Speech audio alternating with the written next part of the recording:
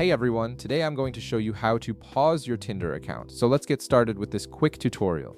First, you'll want to open your Tinder app on your device. Once you're in, direct your attention to the bottom of your screen where you'll see several navigation icons. Among these options, locate and tap on the profile icon. This will take you to your personal profile page where you can view your photos, bio, and other account details. Now that you're on your profile page, look toward the upper right corner of the screen. You'll notice a gear icon sitting there, which is the universal symbol for settings. Go ahead and tap on this gear icon. This action will open up your settings menu, giving you access to various account management options and preferences. Once the settings menu opens, you'll need to scroll down through the available options. Take your time scrolling until you locate the option that says Delete Account. Don't worry, despite the name, this section actually gives you multiple options for managing your account status, not just permanent deletion.